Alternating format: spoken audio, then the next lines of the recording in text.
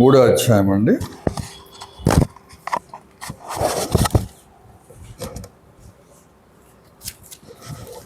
ఫిలిప్పీలు రాసిన పత్రిక మూడో అధ్యాయంలో ఒక మాటని అందరం ధ్యానిద్దాం. అది 3:13, 14 అందరం కలిసి చదువుకుందాం. ఫిలిప్పీ రాసిన పత్రిక 180వ పేజీ కొత్త నిబంధనలో మూడో అధ్యాయము 13, 14.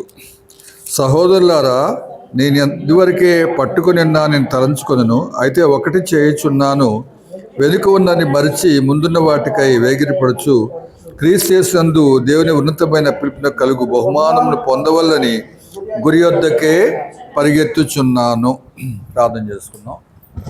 ప్రేమ నమ్మకముల మా పరలోకపు తండ్రి, గొప్ప దేవ, ఈ బిడ్డలందరూ కూడా వాక్యానుసారంగా చక్కగా ఆరాధించేందుకై వందనాలు చెల్లిస్తున్నాం. నాయన ప్రభు తండ్రి, నాయన గంభీరమైన సమయం వద్దకు వస్తున్నాం. ప్రభా, నీ బలలో పాల్గొనే ముందుగా మీ నుండి హెచ్చరికలు పొందుకోవడానికి ప్రభు సహాయం చేయండి.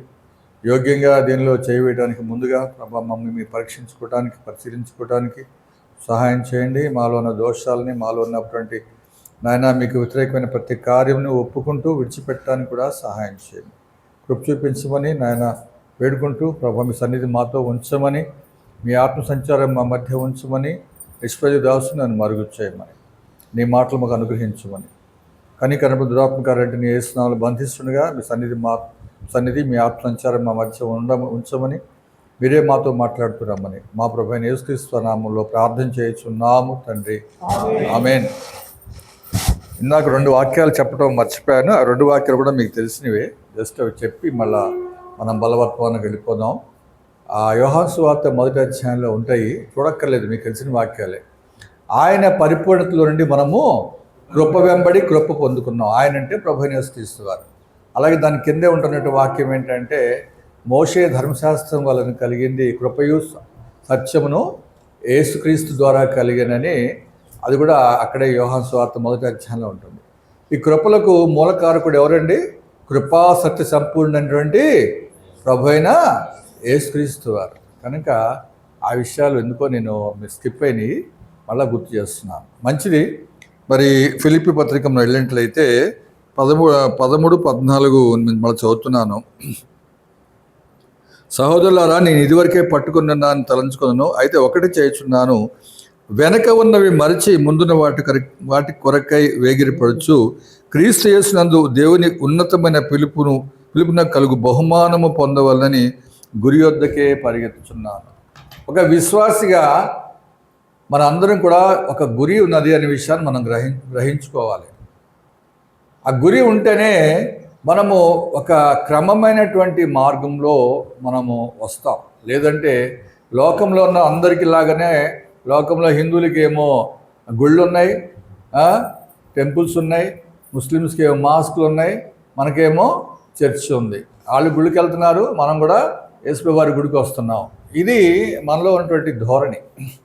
అయితే మనకి వాళ్ళ సంగతి ఎట్లున్నప్పటికీ కూడా మన సంగతి ఏంటంటే, మన అందరికీ కూడా ఒక గురి, ఒక లక్ష్యము ఉన్నది అనే విషయాన్ని ఇక్కడ మనకి పౌలు భక్తుడు గుర్తు చేస్తున్నాడు. చదవండి 2వ పేతురు పత్రిక మొదటి అధ్యాయం 1-10 వచ్చిన వాళ్ళు గౌరవ అందుకోండి నాతో. 2వ పేతురు పత్రిక మొదటి అధ్యాయం 10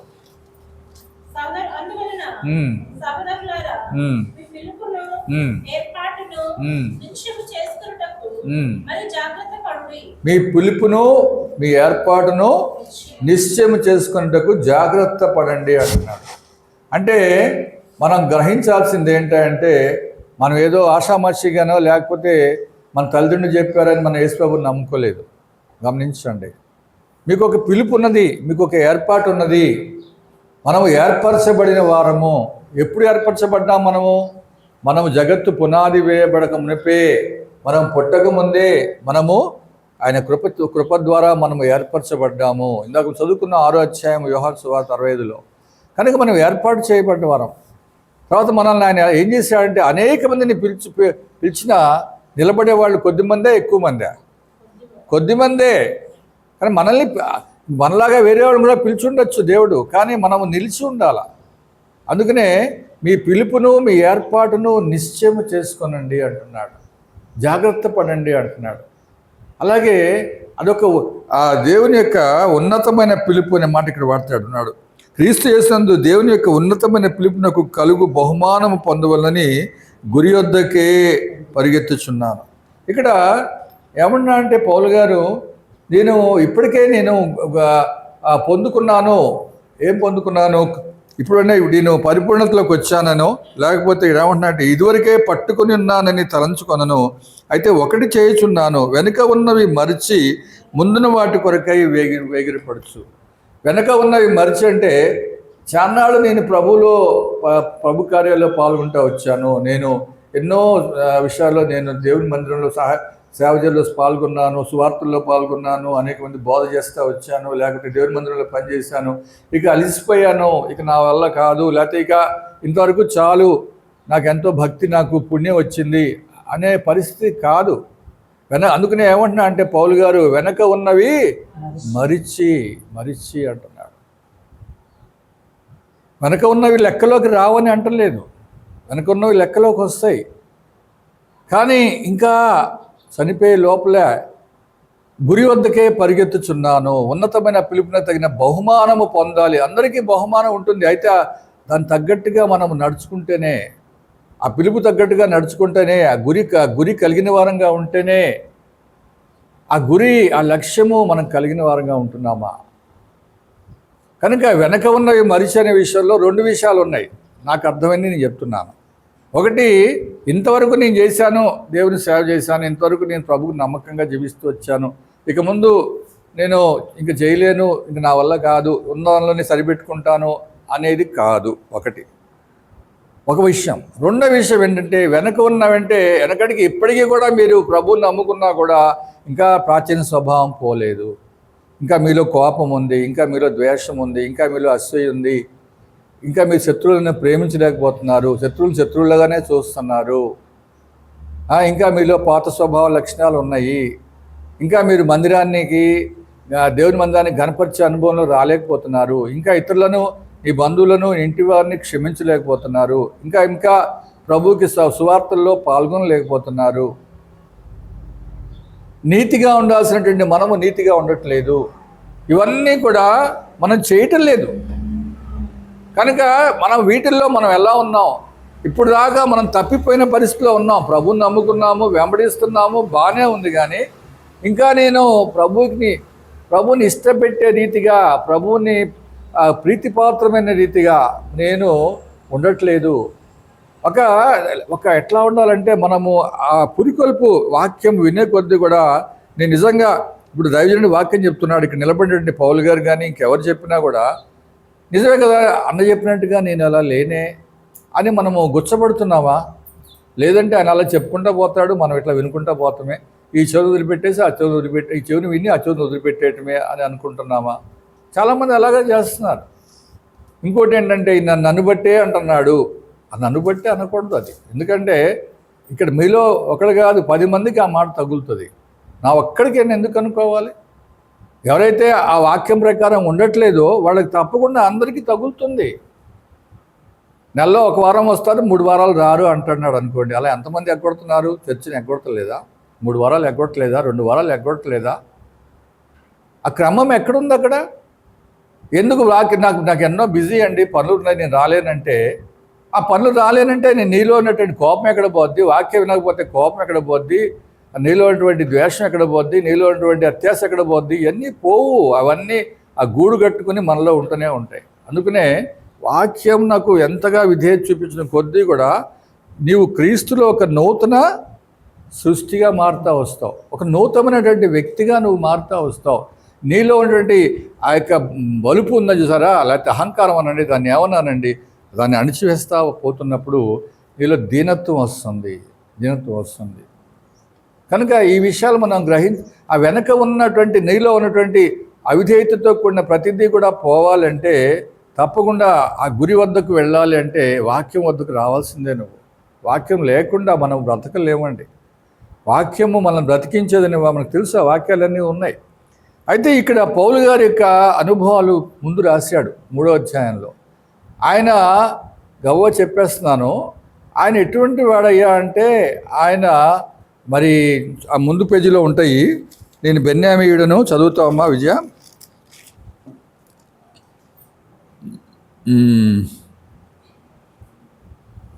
6వ వచనం చదువమ్మా. 8వ దినమున 3:6 5 8వ దినమున దొరకలేదా? బైబిల్ చదవట్లే అయితే ఈ మధ్య. 3వ అధ్యాయం 5వ వచనమ్మా.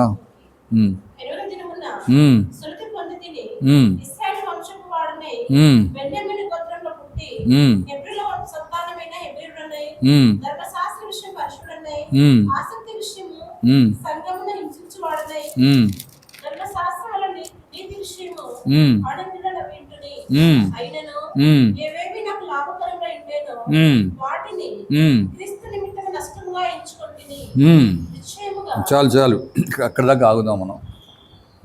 అంటే ఇక్కడ ఇందాక మనం చదువుకున్నటువంటి ఆరాధన వర్తమానంలో పౌలు గారికి ఉన్నటువంటి ఆ 3 అంశాల్లో ఉన్నటువంటి గొప్ప విషయం, ఒక గొప్ప కేటగిరీ ఏంటంటే జ్ఞానం. బహు జ్ఞానవంతుడైన, అంతేకాకుండా ధర్మశాస్త్ర ప్రకారంగా బహు నీతివంతుడిగా కూడా ఉన్నాడు ఆయన. జ్ఞానం కలిగిన వాడు, గమలీయేలు పాదాల దగ్గర నేర్చుకున్నవాడుగా ఉన్నాడు. పరిసేయుడు అంటే ఉన్నతమైన కులంలో ఉన్నటువంటి వాడు, ఉన్నతమైన స్థాయిలో ఉన్నటువంటి వాడు. మరి ధర్మశాస్త్రాన్ని అంతా చదువుకున్నవాడు, ధర్మశాస్త్రం ప్రకారంగా నీతిమంతుడు. మరి ఎవరైతే ధర్మశాస్త్ర వ్యతిరేకంగా ఉన్నారో వాళ్ళని హింసిస్తూ వచ్చారని చెప్పుకుంటున్నవాడు. అయితే ఇప్పుడు ఏమంటున్నా అంటే ఆ జ్ఞానము అవన్నీ కూడా నేను ఎట్లా ఎంచుకుంటున్నాను? నష్టముగాను పెంటగా ఎంచుకుంటున్నాను అంటున్నాడు. క్రీస్తు యేసుని గురించినటువంటి అతి శ్రేష్టమైనటువంటి జ్ఞానం నాకు కావాలి అని అంటున్నాడు ఇక్కడ. అతి శ్రేష్టమైన జ్ఞానం. ఈ అతి శ్రేష్టమైన క్రీస్తు యేసు గురించేటువంటి అతి శ్రేష్టమైన జ్ఞానము అంటే దానిలో 3 విషయాలు ఉన్నాయి. నేను గవ్వ చెప్పేస్తాను, ఎక్కువ సమయం లేదు కాబట్టి. ఎందుకంటే మనకొక పిలుపు ఉన్నది. ఆ పిలుపుని మనం తగ్గట్టుగా మనం గురి వద్దకు వెళ్ళాలి అంటే ప్రభువుని కూర్చున్నటువంటి అతి శ్రేష్టమైన జ్ఞానము నీకు తెలిసి ఉండాలి. అంటే you must know Christ personally. దానికి అర్థం ఏంటండి? నువ్వు యేసు ప్రభువాన్ని వ్యక్తిగతంగా తెలుసుకొని ఉండాలి. యేసు ప్రభువులో ఉన్నటువంటి 3 ప్రత్యేకమైనటువంటి విషయాలు మనం ఇక్కడ చూసింది ఏంటంటే, మరి ఆయన మళ్ళా ఒకసారి గవ్వ చెప్తాను అవి. 1 క్రీస్తుని సంపాదించు. చదువమ్మా 8వ వచనం 8-9.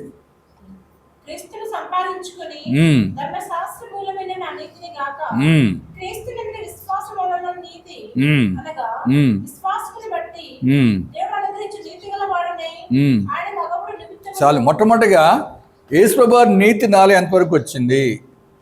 ఏమంటే యేసుప్రభు వారి నీతి అంటే అర్థం చేసుకోవాలి. ఇక్కడ ధర్మశాస్త్రం వల్ల నీతి వేరంటే మరి ఆ ధర్మశాస్త్ర విధులన్నీ ఆచరించటము, దేవుని మందిరానికి 3 సార్లు వెళ్ళటము, తర్వాత సున్నతి కలిగి ఉండటము, సున్నతి పాటించడము, తర్వాత దహన బలులు అవన్నీ అర్పించటము, అవి కాదు ఇక్కడ.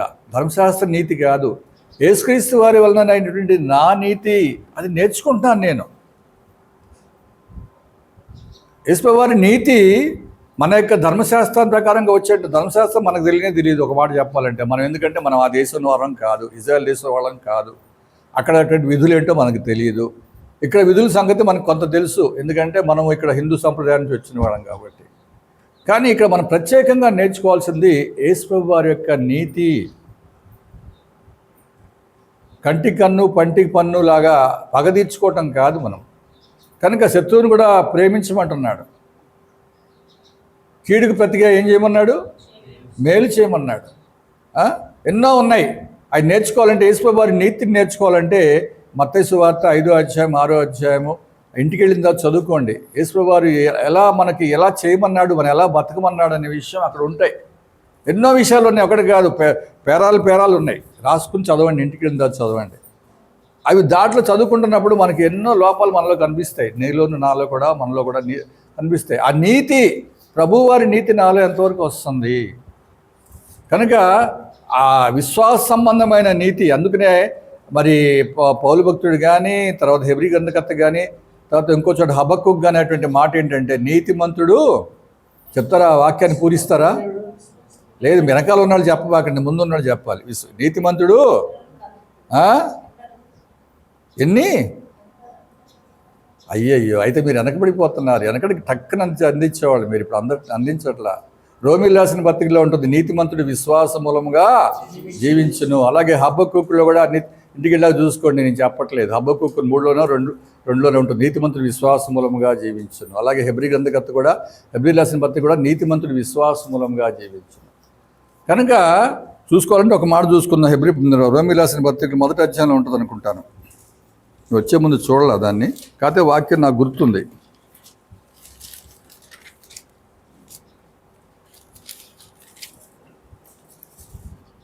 దొరికింది. 1:17 చదువమ్మా.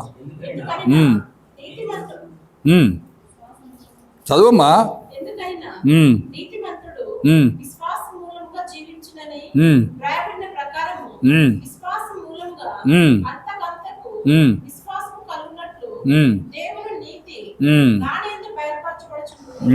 దాని ఎందంటే మన ఎందు అన్నమాట. ఏమండి, నువ్వు మందిరానికి వస్తుంటే, నువ్వు వాక్యం వింటుంటే, నువ్వు యేసుప్రభువు వారి నీతి నీకు అర్థమవుతుంది.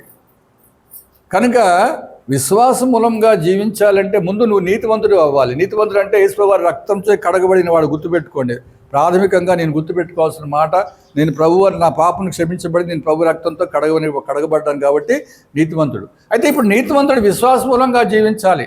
అబద్ధం ఆడొద్దని చెప్తున్నాడు ప్రభు, నువ్వు అబద్ధం ఆడుతున్నావు. అసలు నువ్వు నీతిమంతుడు ఎట్లా అవుతావు? లంచం తీసుకోవద్దు అంటున్నాడు, లంచం తీసుకుంటున్నావు, నువ్వు నీతిమంతుడు ఎట్లా అవుతావు? కోపపడద్దు అంటున్నాడు, కోపపడుతున్నావు, నువ్వు ఎట్లా నీతిమంతుడు అవుతావు? ద్వేషించొద్దు అంటున్నాడు, ద్వేషిస్తున్నావు, ఎట్లా నీతిమంతుడు అవుతావు? ఇలాగ ఎన్నో మన జీవితంలో ఎన్నో విషయాలు మనకు తారసిల్లుతూ ఉంటాయి.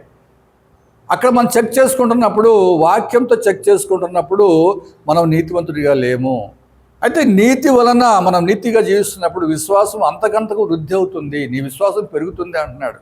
ఇది ఒక విధంగా చెప్పాలంటే కష్టమైన విషయమే, కానీ దీన్ని అభ్యాసం చేసుకుంటే తేలికవుతుంది. అభ్యాసం చేసుకుంటే తేలికవుతుంది, లేకపోతే మనం ఆమడ దూరంలోనే ఉంటాం. ఆ నీతి మనకు వద్దులే బాబు, యేసుప్రభువు వారి నీతి మనకు వద్దు, మనం ఇలాగే ఉందాం, లోకాన్ని మనం బతికి చివరి వరకు ఇట్లాగే ఉందాం అనుకుంటాం. కానీ మరి ఉన్నతమైన పిలుపునకు తగినట్లుగా నడుచుకోవాలి. ఆ గురి వద్దకే పరిగెత్తుచున్నాను. మొట్టమొదటిగా యేసుప్రభువు వారి నీతి నాలో వచ్చిందా? ఇప్పుడు మళ్ళా ఫిలిప్పీ పత్రిక వద్దాము. ఫిలిప్పీ పత్రికలో చదువమ్మా, ఇప్పుడు 10వ వచనం చదువమ్మా.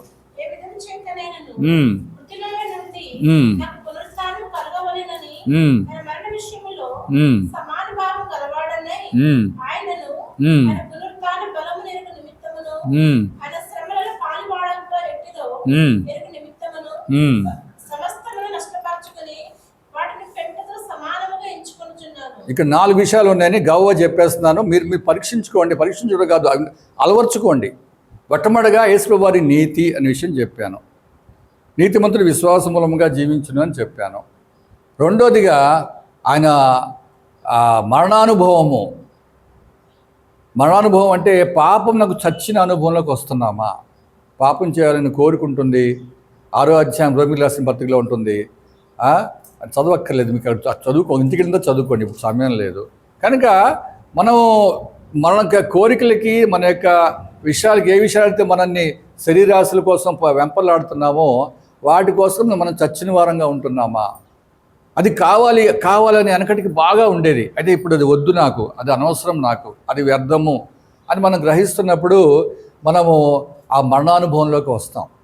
ఇంకోటి మూడోది యేసుప్రభువు వారి యొక్క పునరుద్ధాన బలంలో ఇందాక అన్నగారు అన్నారు, నా బలహీనతల్లో ఆయన కృపచేత నేను శక్తిమంతుడిని అవుతున్నాను అన్నాడు. నా బలహీనతల్లో నీ శక్తి నాలో పరిపూర్ణమవుతుంది అన్నాడు. యేసుప్రభువు వారు చనిపోయి తిరిగి లేచినప్పుడు ఆయన పునరుద్ధాన బలముతో లేచాడు ఆయన. అందుకని ఆయనకి ఏం పేరు పెట్టారు? పునరుద్ధానుడు అన్నారు. ఆ పునరుద్ధానం యొక్క బలము, ఆ పునరుద్ధానం యొక్క శక్తి నీలో ఉందా? అంటే నువ్వు యేసుప్రభువు వారి కోసం పనిచేస్తున్నప్పుడు నీ యొక్క బలము ఎక్కువవుతూ ఉంటుంది. యెహోవా కొరకు ఎదురు చూచువారు నూతన బలం పొందుదురు. ఎక్కడ ఉంటుంది ఈ వాక్యము? యెషయా 40లో ఉంటుంది. ఆ శక్తిహీనులు ఇదైపోతారు, కానీ మనము ప్రభువుని పునరుద్ధాన బలాన్ని పొందుకుంటున్న మనము ఇంకా బలం పొందుకుంటూ ఉంటాం. ప్రభు వాక్యాన్ని గుర్తు చేసుకుంటే చాలు. ప్రభు వాక్యాన్ని గుర్తు చేసుకుంటే మనం ఎంతో నిరాశలో కుంగుదల్లో ఉన్నప్పుడు ఆ వాక్యం మనల్ని బ్రతికించి మనల్ని పురికొల్పించి శక్తిని ఇస్తుందండి. అందులో వాక్యంలో ఏమున్నది? జీవం ఉంది. వాక్యం జీవం ఉంది. వాక్యంలో పునరుద్ధాన శక్తి ఉన్నది. కనుక మొట్టమొదటిగా యేసు వారి నీతి, రెండోదిగా యేసు వారి యొక్క మరణానుభవము. అంటే మనం క్రీస్తుతో కూడా చనిపోతే క్రీస్తుతో కూడా మనం ఏంటంటే బ్రతుకుతాము అనే వాక్యం మనం ఎఫ్సి పత్రిక 2వ అధ్యాయంలో చూస్తాం. కనుక ఆయన మరణానుభవం గుండా మనం వెళ్ళాలి. మూడోదిగా ఆయన పునరుద్ధాన బలమును ఎరగాలి. నాలుగోదిగా ఆయన శ్రమానుభవం. ఇప్పుడు ఏంటండి? శ్రమానుభవం. ఈ 4 మనం అనుభవిస్తున్నప్పుడు మనం జీవితంలో అన్వయించుకుంటున్నప్పుడు అప్పుడు ఆయన గురి యొద్ద ఉన్నతమైన పిలుపు తగిన బహుమానం ఆ గురి యొద్దకే మనం పరిగెత్తే అనుభవంలోకి వస్తాం. అంతేగాని నాకు యేసుప్రభువారు వ్యక్తిగతంగా తెలియదు, బైబిల్ చదువుకుంటున్నాను అంతే, ఆ మరణానుభవం నాకు తెలియనే తెలియదు, పునరుద్ధానం అంటే ఏంటో తెలియదు, నాకు శ్రమలు వస్తే నేను భయపడి పారిపోతాను, కష్టాలు వస్తే ఓర్చుకోలేను.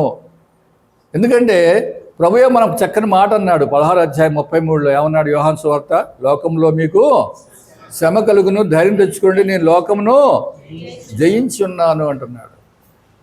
నరులు శ్రమానుభవం కోసమే పుట్టుతున్నారు మీ శక్తి అని చెప్పి అంటాడు ఇంకో చోట యోబు గ్రంథంలో. అలాగే ఇప్పటి కాలపు శ్రమలు ఎన్నదగినవి కావు అంటాడు ఒక చోట రోమిల రాసిన పత్రికలో. కనుక మరి శ్రమ తప్పనిసరి, గుర్తుపెట్టుకోండి. క్రైస్తవుడికి శ్రమ తప్పనిసరి. క్రైస్తవుడికి మరి యేసుప్రభువు వారి నీతిని ఎరగటం తప్పనిసరి. ఎందుకంటే నీతిని ఎరగకపోతే మనము ఇంకా ఒకటే గుర్తుపెట్టుకోవాలి, యేసుప్రభువు వారి నీతి ఏంటో నాలో రాకపోతే నేను యేసుప్రభువుని పర్సనల్గా వ్యక్తిగతంగా ఎరగని వాడిగానే ఉంటాను, ఎరిగిన వాడిగా ఉండను. వస్తున్నావు నిజమే, చక్కగా తెల్లబట్టలు వేసుకుని మంచిగా పొద్దున్న టైంకి వచ్చేసి వాక్యం వింటున్నావు, బలలో పాల్గొంటున్నావు, బలలో పాల్గొన్న తృప్తితో వెళ్ళిపోతున్నావు. 10 రూపాయలు 50 రూపాయలు కానుకేస్తున్నావు, ఎంతైనా కానీ కానుకేస్తున్నావు, వెళ్ళిపోతున్నావు. కానీ వ్యక్తిగతంగా నీ జీవితంలో నువ్వు అనుభవించుకుంటున్నావా? నీ ఇంట్లో, మరి నీ వ్యవసాయంలో, నువ్వు చేసిన ఉద్యోగంలో ప్రభువుకి సాక్షిగా ఉంటున్నావా? ఇది నీ సాక్ష్యము. నీ యొక్క యేసుప్రభువు వారి నీతి, యేసుప్రభువు వారి యొక్క మరణానుభవము, నీ మరణానుభవము, యేసుప్రభువు వారి యొక్క పునరుద్ధాన బలము, నీ పునరుద్ధాన బలము, యేసుప్రభువు వారి యొక్క శ్రమానుభవము, నీ శ్రమానుభవం, ఇవన్నీ కూడా కోయిన్సైడ్ అవ్వాలి, కలవాలి. యేసుప్రభువు వారు నిజమే, ఆయన మరణించాడు, తిరిగి లేచాడు, ఆయన ఎన్నో శ్రమలు పడ్డాడు శిలువ మీద, అది తెలుసు, అది హిస్టరీ, అది సాక్ష్యం, అది వాస్తవమే. అది కానీ నీ యొక్క సాక్ష్యం ఏది? నీ యొక్క ప్రభువుని వెంబడించే విషయంలో నువ్వు ఎంతవరకు ప్రభువుని ఎరిగిన వాడిగా ఉన్నావు? వ్యక్తిగతంగా నువ్వు ఈ అనుభవాలు గుండా వెళ్తేనే యేసుప్రభువు వారి నీతి, యేసుప్రభువు వారి మరణానుభవము, యేసుప్రభువు వారి పునరుద్ధాన అనుభవము, యేసుప్రభువు వారి యొక్క శ్రమానుభవము, వీటిలో నీకు పాలు పంపులు ఉన్నాయా? అప్పుడే ఆ ఉన్నతమైన పిలుపున తగిన బహుమానము పొందవలని. ఏ బహుమానం అది? అది జీవ కిరీటం కావచ్చు, నీతి కిరీటం కావచ్చు, ఎల్లప్పుడూ ప్రభుతో ఉండేటువంటి అనుభవము కావచ్చు. కనుక ఆ బహుమానము పొందువలన నేను గురి యొద్దకే అంటే ఈ అనుభవాలు కూడా నేను వెళ్తున్నాను.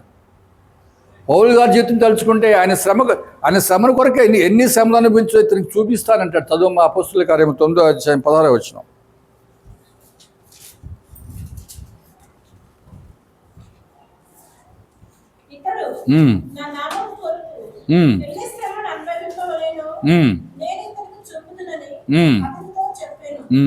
కనుక ఆ మొట్టమొదటి దినానే సౌలా సౌలా నన్ను ఎందుకు హింసిస్తున్నావు అనే మాట పిలిచిన రోజునే ఆయన ఏమన్నారంటే, నా నిమిత్తము ఇతను సౌలు నా నిమిత్తము శ్రమానుభవం గుండా వెళ్తాడు, హింస గుండా వెళ్తాడు, జైలు శిక్ష గుండా వెళ్తాడు అని ఆ రోజే ప్రభు ప్రవచిస్తూ వచ్చాడు యేసుప్రభువు వారు. కనుక ఆయనే కాదు, ఆయన సువార్త పక్షంగా ఆయన పోరాడాడు, సువార్త పక్షంగా ఆయన శ్రమ అనుభవించాడు. మనకు కూడా అది దేవుడు నియమించాడండి. ఫిలిప్పీ పత్రిక 1వ అధ్యాయంలో చదువుకుందాం. 1 చదవండి, 18, 28, ఇది 28, 30 చదవమ్మా. సో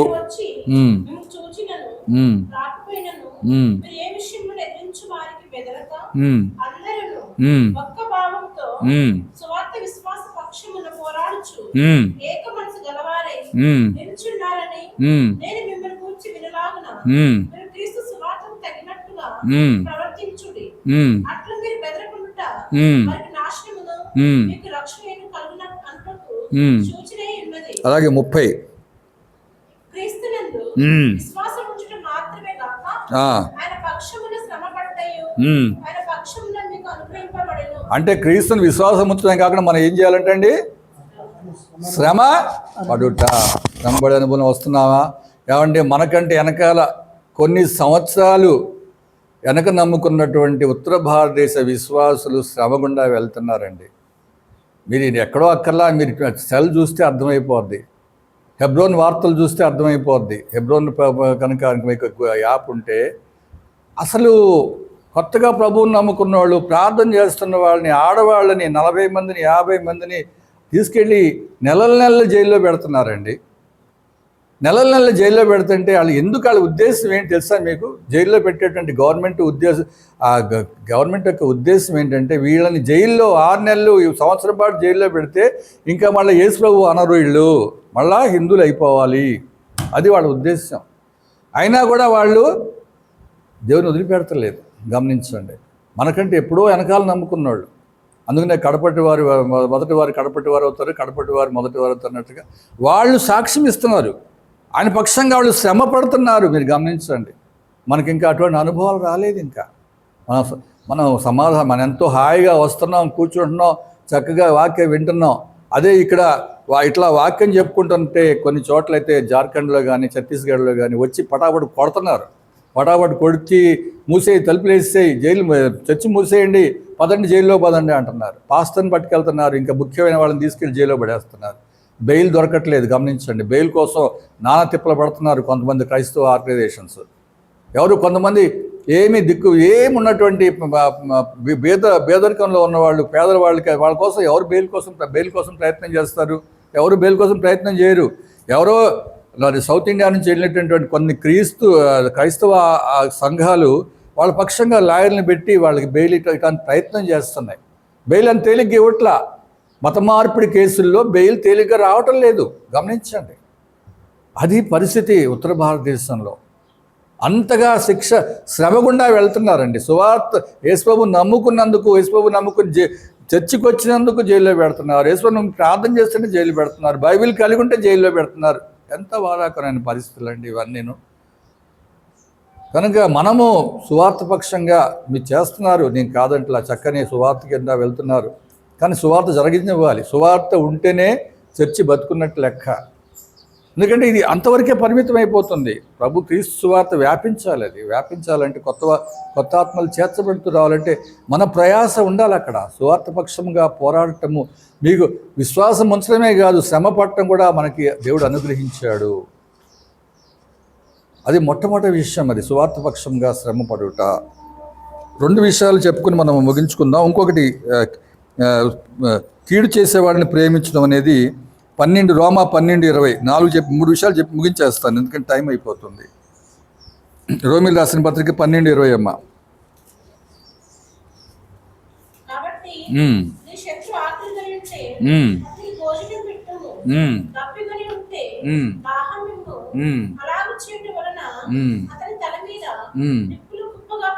అది శత్రువు ఉన్నారు మనకి, కొంతమంది శత్రువులు ఉంటారండి. మీ బంధువుల్లో మీకు ఉంటారు. శత్రువులను ప్రేమించండి దయచేసి, ఇంకా వ్యతిరేకంగా ఉండబాకండి. అలాగే ఇంకొక మాట, మరి క్రీస్తు స్వరూపం మనలో ఏర్పడాలంటాడు. గలతీ రాసిన పత్రిక 4వ అధ్యాయంలో మాట ఉంటుంది. గలతీ రాసిన పత్రిక 4వ అధ్యాయంలో చూసి చెప్తాను.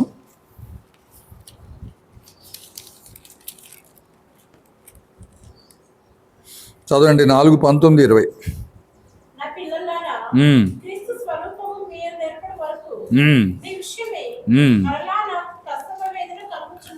ఇప్పుడు ఎప్పుడైతే మీరు యేసుప్రభు వారి నీతిని ఎరుగుతారో, ఎప్పుడైతే మీరు యేసుప్రభు వారి యొక్క మరణానుభవంలోకి వస్తారో, ఎప్పుడైతే మీరు యేసుప్రభు వారి పునరుద్ధాన బలాన్ని ఎరుగుతారో, అంతేకాదు ముఖ్యంగా శ్రమానుభవం గుండా వెళ్తారో, అప్పుడు క్రీస్తు యొక్క స్వరూపము మీలో ఏర్పడుతుంది. దానికోసము దైవజనుడు ప్రయాసపడుతున్నాడు, ప్రార్థన చేస్తున్నాడు. మీరు ప్రార్థన చేయాలి, సంఘం ప్రార్థన చేయాలి. రక్షణ పొందిన వ్యక్తి గురించి, రక్షణలో కొనసాగుతున్న వ్యక్తి గురించి క్రీస్తు స్వరూపం మీలో రావాలి. ఎందుకంటే మనము ఆ పోలికగా మనం మార్చబడాలి. ఏ పోలిక? క్రీస్తు పోలిక. క్రీస్తు పోలికలో మార్చబడి ఆయన యొక్క ముఖాన్ని మనలో ప్రతిబింబింప చేయాలి. వీరు క్రీస్తు వారు, క్రీస్తు బిడ్డలు, వీళ్ళు దైవజనులు అనే అనుభవంలోకి మనం ఎప్పుడు వస్తాము అంటే ఆ యొక్క గుణలక్షణాలు, ఏ గుణలక్షణాలు, యేసువారి యొక్క గుణలక్షణాలు మనలో ఏర్పడినప్పుడు. మొట్టమొదటిగా క్రీస్తుకి, ప్రభుయేసు క్రీస్తు వారి సువార్తకి పక్షంగా మనం శ్రమపడాలి. రెండోదిగా శత్రువులను ప్రేమించాలి. మూడోదిగా క్రీస్తు స్వరూపము మనలో ఏర్పడాలి. కనుక ఆయన పోలికగా మనము మారాలండి. ఆ పోలిక అనే విషయం ఇక్కడే ఇచ్చాడు, ఫిలిప్పీలోనే ఇచ్చాడు. చదవమ్మా 3:17.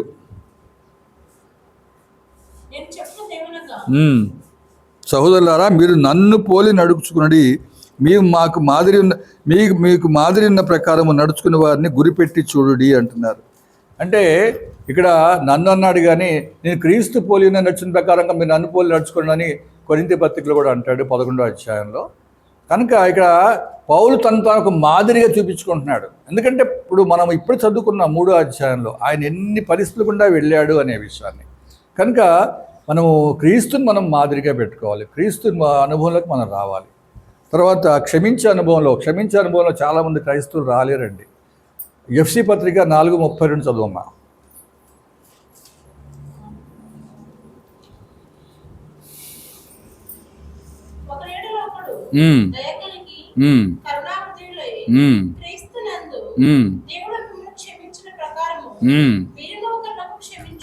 ఒకరినొకరు క్షమించే అనుభవం ఉండాలండి. క్షమించే అనుభవం ఉండాలి, ప్రేమించే అనుభవం ఉండాలి, శత్రువుని కూడా ప్రేమించే అనుభవము, శత్రువుకు మేలు చేసే అనుభవము, ఇవన్నీ కూడా వెనక లేవు. ఇవన్నీ నాలో ఇవి లేవు. నేను క్రీస్తులో నూతన సృష్టిగా నేను చర్చికి వస్తున్నాను కానీ నూతన సృష్టిగా నేను చేయబడలేదు.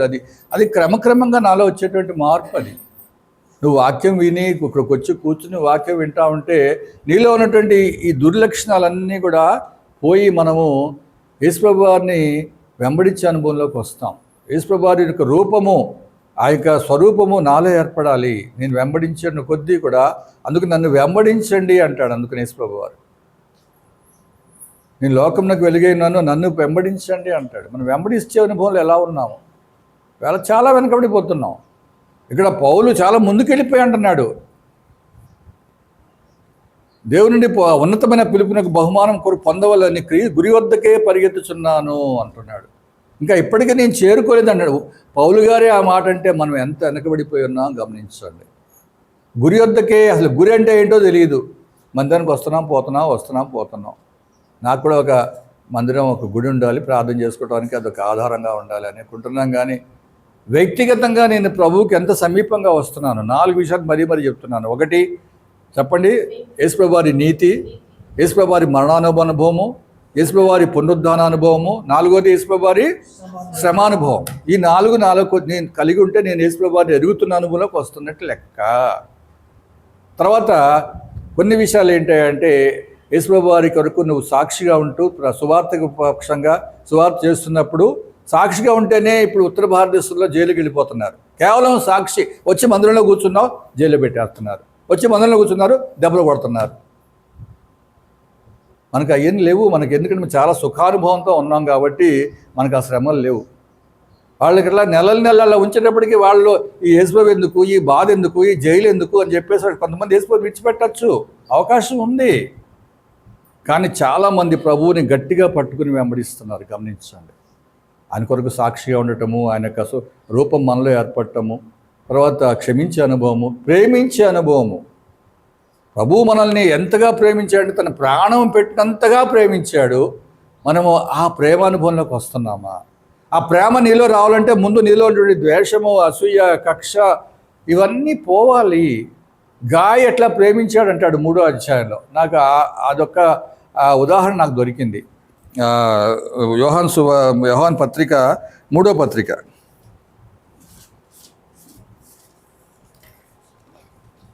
యోధా పత్రికకి ముందుంటుంది.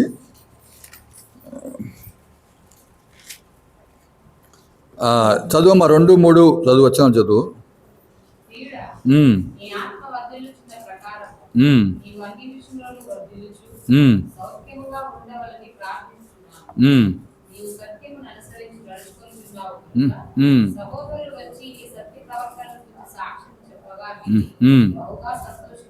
ఐదో వచనం. ప్రియుడా, 5:6 కూడా.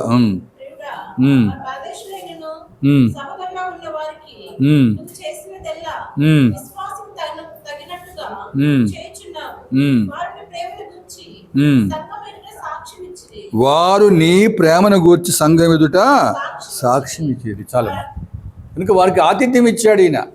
బయట నుంచి వచ్చినటువంటి విశ్వాసులకి ఈ విశ్వాసి గాయస్ అనేటువంటి ఆయన ప్రేమగా వాళ్ళతో ఆతిథ్యం ఇచ్చి చక్కగా వాళ్ళని చూసుకున్నాడు. అలాగే ఆయన సత్య ప్రవర్తన, సత్యంగా ఎలా ఉన్నాడనే విషయాన్ని కూడా ఎవరంటున్నారు ఈ మాటలు? ఆయన గురువు గారు. ఆ గురువు గారు ఎవరండి? పౌలా, యోహాను. యోహాను భక్తుడు అంటున్నాడు, ఆ గాయకు శిష్యుడు అనమాట. నువ్వు వాళ్ళని ప్రేమించావు, వాళ్ళ గురించి సాక్ష్యం ఇస్తున్నారు, నువ్వు వాళ్ళ నీ సత్య ప్రవర్తన గురించి వాళ్ళు చెప్తున్నారు అని చెప్తున్నాడు. కనుక ప్రేమ అనేక దోషాలని కప్పుతుంది. మనం ప్రేమ గురించి అధ్యాయము 1 కొరింథీ 13 అధ్యాయం మనకు తెలుసు ఈ విషయాలన్నీ కూడా. అయినా కూడా నా జీవితంలో క్రీస్తు ప్రేమను ఎంతవరకు నేను చూపించగలుగుతున్నానంటే అది ప్రశ్నార్థకమే. ఎందుకంటే మన అంతరం కూడా స్వార్థపరులమే. నీ కుటుంబం నువ్వు చూసుకుంటావు, నా కుటుంబం నేను చూసుకుంటూ ఉంటాం. కానీ అందరి గురించి ఆలోచించేవాళ్ళు కొద్దిమందే ఉంటారు. అయితే క్రీస్తు ప్రేమను కలిగినటువంటి తెలుసుకున్నటువంటి నీవు ఎంతవరకు ప్రేమను చూపించగలుగుతున్నావు? ఇతరుల కోసం కొంతన్నా ఖర్చు పెడుతున్నావా? ఇతరుల కోసం కొంతన్నా నువ్వు కొంచెం వ్యయం చేసుకుంటున్నావా? అలా వ్యయం చేసుకోగలగాలి. కష్టంలో ఉన్న వాళ్ళని ఆదుకోగలగాలి, బాధలో ఉన్న వాళ్ళని ఆదుకోగలగాలి. అప్పుడు నువ్వు వాళ్ళ పట్ల నీ ప్రేమను చూపిస్తున్నట్టు లెక్క. క్రీస్తు ప్రేమ గమనించండి. కనుక క్రీస్తు ప్రేమించే అనుభవము, క్రీస్తు క్షమించే అనుభవము, క్రీస్తు సువార్తగా తగ్గట్టుగా మరి శ్రమపడే అనుభవము, క్రీస్తు రూపము నీళ్ళు ఏర్పడే అనుభవము, ఇవన్నీ మనలో రావాలి. పైనున్న వాటినే వెదకమంటాడు. ఆఖరిగా చెప్పి ముగించేస్తాను. యాకోబు పత్రికలో అది 3వ అధ్యాయంలో ఉంటుంది.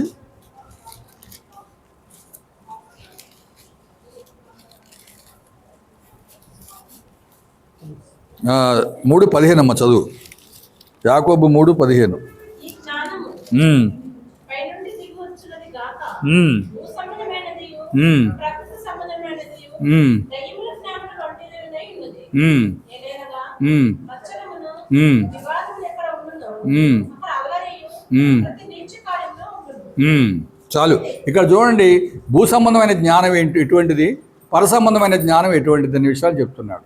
పైన వాటినే వెదకండి అంటాడు. ఎక్కడ వాక్యం చెప్తారు? కొలస్సీ 3:1 అంటాడు. కనుక మనము ప్రభువులో ఎదిగే కొద్దీ కూడా, ప్రభువుని ఎరిగిన అనుభవంలోకి వచ్చే కొద్దీ కూడా, ప్రభువుని వ్యక్తిగతంగా తెలుసుకునే కొద్దీ కూడా క్రీస్తు స్వరూపం మనలో ఏమాడినా ఏర్పడాలా, ఏర్పడకూడదా? ఏర్పడాలి. అవేంటి? క్రీస్తు గుణలక్షణాలు మనలో రావాలి. కనుక భూ సంబంధమైనటువంటి జ్ఞానం ఎటువంటిదంటే మత్సరము, కుతంత్రాలు, వివాదాలు, గొడవలు, చికాకులు, వాటిలో ఇరుక్కోకూడదు. మనం వాటికి దూరంగా ఉండాలి. కనుక అది భూ సంబంధమైన జ్ఞానం అంటున్నాడు. అయితే ప్రతి నీచ కార్యం అక్కడ ఉంటుంది అంటున్నాడు. మళ్ళీ 17 చదవమ్మా. 17, 18 కూడా.